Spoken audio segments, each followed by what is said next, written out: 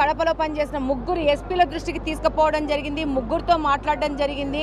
ప్రతి ఒక్క అవకాశం వచ్చినప్పుడు, ప్రతి ఒక్క వేదిక మనకు వచ్చినప్పుడు కూడా, అవకాశం వచ్చినప్పుడు కూడా ఆ వేదికలో ఈ యొక్క గాంజా కానీ డ్రగ్స్ కానీ దీనికి వ్యతిరేకంగా పోరాడాల్సిన అవసరం ఉందని శాసనసభ ప్రాతిపదిక కానీ, అలాగనే రీగర్ టీం రవిశంకర్ గారితో ఇప్పటికి 3 సార్లు కలవడం జరిగింది.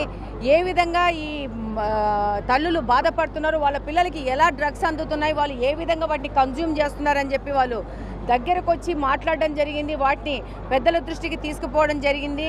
అలాగనే ఎస్పీ గారి దగ్గరికి కూడా తీసుకుపోయి ఆ మదర్స్ని కూడా తీసుకుపోయి, తల్లులను కూడా తీసుకుపోయి వాళ్ళు కూడా ఆ సిరంజెస్ కానీ ఆ డ్రగ్స్ కానీ ప్రతి ఒక్కటి తీసుకురావడము, అది కొరియర్ ద్వారా వస్తున్నారు, ఆ పిల్లలు ఇంజెక్షన్ తీసుకుంటున్నారని ఎస్పీ గారి నోటీస్లోనే వాళ్ళు ఏడ్చుకుంటూ చెప్పడం కానీ, ఆ తర్వాత ఇక్కడ కడపలో ఏ రోజైనా కానీ మా తెలుగుదేశం పార్టీకి సంబంధించిన కానీ కూటమి పార్టీకి సంబంధించిన కానీ ఏ ఒక్క కార్యకర్త కూడా ఈ డ్రగ్స్లో అరెస్ట్ అయిన పిల్లల కోసం ఒక్క రికమెండేషన్ కూడా మన దగ్గరికి తీసుకొచ్చే యొక్క ధైర్యం ఎవరికీ లేదు.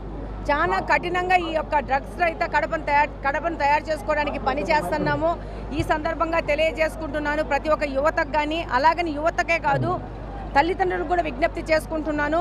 మన పిల్లలు ఏమి చేస్తున్నారు, ఎలా వస్తున్నారు, కాలేజీకి ఎలా వెళ్తున్నారు, కాలేజ్ నుంచి ఎలా వస్తున్నారు, ఇంటి నుంచి లేట్ టైంలలో ఎలా వెళ్తున్నారు అనేది మనం నిఘా ఉంచుకోవాలా. అలాగనే యువతకు కూడా నేను చెప్తున్నాను, మీరు ఈ యొక్క మంచి ప్రాయంలో మీ యొక్క ఆరోగ్యాన్ని పాడు లేపుకొని ఈ విధమైన అలవాట్లకు గురి అయితే రేపు మీ యొక్క ఫ్యూచరు, మీ యొక్క భవిష్యత్తు అంధకారం అయిపోతుంది.